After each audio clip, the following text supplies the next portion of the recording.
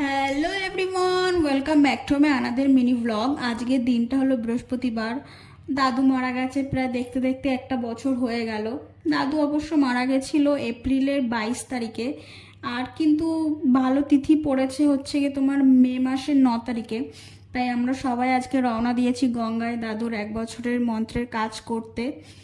আমাদের কলকাতার অলিতে গলিতে যেন এই ধরনের অনেকই পুরনো বাড়িঘর দেখা যায়, যেগুলো ইংরেজ আমলের।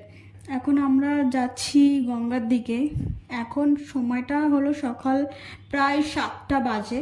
আমরা সকাল সকালই বেরিয়েছি, কারণ যাব তো একটুখানি ছোট লরিতে করে, কারণ সেই সময়টায় তো ভীষণ রোদ থাকে।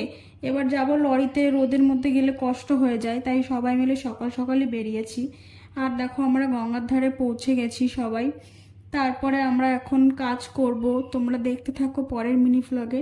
তোমাদের দেখাবো পরের ভিডিওগুলো। টাটা।